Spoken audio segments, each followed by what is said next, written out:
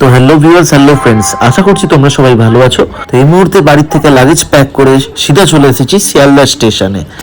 তো ডেসক্রিপশন থেকে বুঝেই গেছো যে আমরা কোথায় যেতে চলেছি। আমরা যেতে চলেছি দ্য কুইন অফ সেলস দার্জিলিং। শিয়ালদা থেকে 10:10 দার্জিলিং মেল ধরে আমরা পৌঁছে গেলাম শিলিগুড়ি। লাকিলি প্রথমবার আমরা শিলিগুড়ি স্টেশনে সময়ের আগে পৌঁছে গেছি। আমাদের ট্রেন প্রায় আধা ঘন্টা আগে আমাদেরকে পৌঁছে দিয়েছে, থ্যাঙ্কস টু ইন্ডিয়ান রেলওয়ে। তো আমরা এখান থেকে চলে যাচ্ছি বাইক রেন্ট নিতে, যেখানে আমরা সব থেকে কমের মধ্যে বাইক পাই। তো দেখা হচ্ছে। তো hello viewer, very good morning. তো আমরা শিলিগুড়ি রিচ করার পর আমরা বাইক রেন্ট নেওয়ার জন্য অলরেডি রিচ করে গেছি। যদি মনে করো তোমরা সব থেকে লো বাজেটের মধ্যে সব থেকে বেস্ট বাইক নিতে চাও, যেখানে ডিপোজিট মানি এবং রেন্টও সব থেকে কম, তার সেরা ঠিকানা হলো বাইক রেন্ট জোন। তো আমরা এই মুহূর্তে এই হান্টারটা নিচ্ছি। আমাদের নেক্সট রাইড চালু হবে এই হান্টারটার সাথে। তো বন্ধুরা, তোমাদের আরেকটা ইনফরমেশন দিয়ে রাখি, যখনই কোথাও থেকে বাইক রেন্ট নেবে এরকম একটা ভিডিও তোমরা বানিয়ে রাখবে গোটা বাইকটার চারিদিক থেকে, যে কন্ডিশন কেমন আছে না আছে, যাতে পরে কেউ না তোমাদের বলতে পারে যেখানে স্ক্র্যাচ ছিল এখানে ডেন্ট হয়েছে, তার জন্য এক্সট্রা টাকা লাগবে। যদিও বাইক রেন্ট জোনে আমাদের সাথে এরকম কিছু হয়নি। আর কিছু বেসিক জিনিস বাইকের মধ্যে অবশ্যই চেক করে নেবে, যেমন ধরুন ক্লাচ, ব্রেক এবং টায়ার কন্ডিশন কিরকম আছে, দুটো ব্রেকই ঠিকঠাক কাজ করছে নাকি, ফিউল ইন্ডিকেটর এবং স্পকেট ঠিক করে কাজ করছে। গাড়ি চালিয়ে অবশ্যই টেস্ট করে নেবে, দেখে নেবে তোমার জন্য কতটা কমফোর্টেবলি বাইকটা হতে পারে। হ্যাঁ, এখানে কিন্তু শুধু হান্টার বলে নয়, এখানে তুমি পেয়ে যাবে তোমার পছন্দের সব রকমের বাইক। তুমি যেটাই নিতে চাইছো না কেন, বাইক রেন্ট জোনে কিন্তু সব বাইকই অ্যাভেলেবেল। তো এই হান্টারটা আমরা নিয়েছিলাম A1 কন্ডিশনের মধ্যে, যেটা পার ডে রেন্ট পড়তো আমাদের 1000 রুপিস। এর টায়ার থেকে শুরু করে ইঞ্জিন কন্ডিশন এবং ক্লাচ, ব্রেকিং, এভরিথিং জাস্ট দারুণ কন্ডিশনে পেয়েছিলাম। আগেও বাইক রেন্ট নিয়ে গেছি অনেক জায়গায়, বাট এতটা কমের মধ্যে আমি কখনো পাইনি। হান্টার জাস্ট 1000 রুপিসের মধ্যে। অন্য জায়গায় হয়তো পালসার পাওয়া যায়, বাট এখানে আপনি বুলেট পেয়ে যাচ্ছেন, হান্টার পেয়ে যাচ্ছেন 350cc, যেটা পাহাড়ের জন্য একদম বেস্ট চয়েস। তো চলো বন্ধুরা, এবার আমরা কথা বলে নিই বাইক রেন্ট জোনের ওনারের সাথে। সো হ্যালো ভিউয়ার্স, আমাদের সাথে এই মুহূর্তে রয়েছে বাইক রেন্ট জোনের ওনার শুভজিৎ দা। নমস্কার। তো শুভজিৎ দা, তোমার এই দোকানের আমরা প্রথমবার আসলাম। এর আগেও আমরা শিলিগুড়ির অনেক জায়গা থেকে বাইক রেন্ট করেছি, বাট হান্টার কখনো 1000 রুপিসে পাবো এটা এক্সপেক্ট করিনি। তো আমাদের এখানে মেইনলি রেন্টটা একটু কমই আছে, একদম ডিপোজিট একটু কম আছে। একদম। তাই বলে এটা সবাই নয় গাড়ির করতে পারছে এবং স্বপ্নের বাইকটা নিয়ে রাইড করতে পারছে। অনেক তারপরে কম এটা নয় যে টাকায়। গাড়ির কন্ডিশনও খারাপ আছে। একদম। তুমি গাড়ির টায়ারের কন্ডিশন থেকে শুরু করে সবকিছু দেখতে পারো। হ্যাঁ, ইভেন আমি রাইড করেছি, কন্ডিশন ওয়াজ সুপার। তো আমাদেরকে কোথায় আসতে হবে? আমাদেরকে আসতে লাগবে শক্তিগড় রোড নাম্বার 5। আচ্ছা। স্টেশন থেকেও মোটামুটি 5-7 মিনিট, কি খুব বেশি হলে 10 মিনিট লাগে। হ্যাঁ, স্টেশন থেকে আমি আসলাম একটা টোটো করে, জাস্ট 100 রুপিস ভাড়া নিল, বেশিক্ষণ সময়ও লাগলো না। 2-2.5 কিলোমিটারের রাস্তা, খুব তাড়াতাড়ি রিচ করে যাওয়া যায়। তো বাইক রেন্ট জোনের ব্যানারটা এটা রইলো, এখানে নাম্বার দেওয়া রয়েছে। তো দাদার, এটা তোমারই নাম্বার তো সুজিত দা? আমারই নাম্বার। তো দাদাকে ফোন করে তোমরা সবাই আসো, এখানে যেরকম বিহেভিয়ার আর সেরকম তুমি বাইকও পাবে। দেখা হচ্ছে নেক্সট ব্লগ। তো বন্ধুরা, ফাইনালি কিছু পেপারস ওয়ার্কস কমপ্লিট করার পর আমরা বেরিয়ে পড়লাম আমাদের প্রথম দিনের উদ্দেশ্যে, প্রথম দিনের হোমস্টের দিকে, যেটা হচ্ছে সিটকোলা অ্যাডভেঞ্চার ক্যাম্প। রাস্তাটা ছিল জাস্ট অসাধারণ, রোড কন্ডিশনও খুব ভালো ছিল। আর যেতে যেতে আমরা এরকম ভিউ পাচ্ছিলাম চা বাগানের মধ্যে দিয়ে, লম্বা লম্বা গাছ, আর তার মাঝখান থেকে এরকম সুন্দর একটা রাস্তা। আর যদি আকাশ ক্লিয়ার থাকে এখান থেকে দূরের পাহাড়গুলোও দেখা যায়। ইভেন এখানে কিছু জায়গা থেকে কাঞ্চনজঙ্ঘারও ভিউ পাওয়া যায়।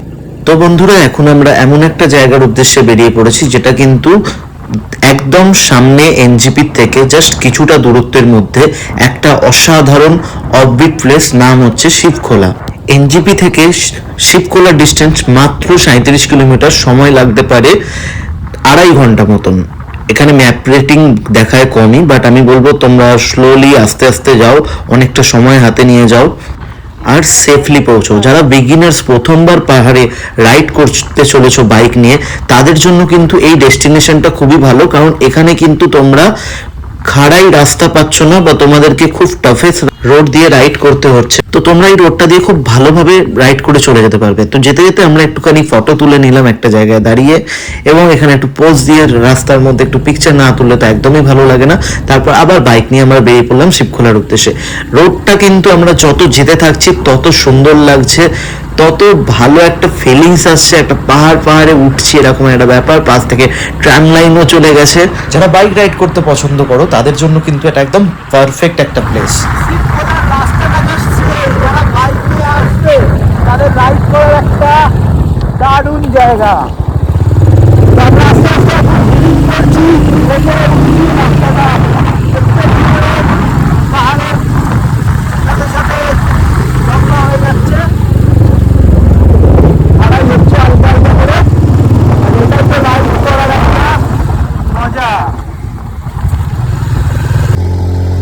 তো বন্ধুরা, এবার আমি তোমাদেরকে দেখাতে চলেছি এই রাস্তাটার মধ্যে দিয়ে কেমন ভাবে আমি বাইক রাইড করছিলাম আর কতটা এনজয় করছিলাম আর রাস্তাটা কেমন ছিল।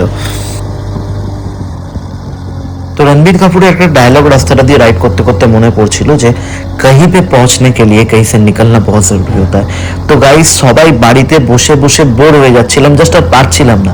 হেলমেটটা ওড়ালাম, ব্যাকপ্যাক প্যাকিং করলাম আর বেরিয়ে পড়লাম দার্জিলিং এর উদ্দেশ্যে। একটা কথা আছে, পাহাড় নাকি কষ্ট ভুলিয়ে দেয়। পাহাড় শুধু কষ্ট ভোলায় না, পাহাড় আমাদের কাজ করার স্ট্রেংথ, পাহাড় আমাদের রোজকার বাসে ট্রেনে চলে যাওয়ার জার্নিটা, টেনশন, ডিপ্রেশন সবটাকে ভুলিয়ে দেয়। বাট হ্যাঁ, এটাও সত্যি যে এই সমস্ত কিছুর জন্য কিন্তু একটা বাজেটেরও দরকার পড়ে। বাট আমি যে এই ট্রিপটা করছি এটা কিন্তু খুব একটা বাজেট ফ্রেন্ডলি ট্রিপের মধ্যে থাকছে। খুব অল্প পয়সার মধ্যে অনেকগুলো অফবিট জায়গা আমরা এক্সপ্লোর করছি বাইক নিয়ে, বাইক রেন্ট নিয়ে, এবং ডিস্টেন্সও খুব বেশি রাখিনি। তেলের খরচাও কম হবে এবং যে জায়গাগুলোতে আমরা যাচ্ছি সেখানে রিসোর্টগুলোর থাকা এবং খাওয়া নিয়ে মাথা পিছু শিবখোলাতে আমাদের খরচা পড়ছে অনলি 1300।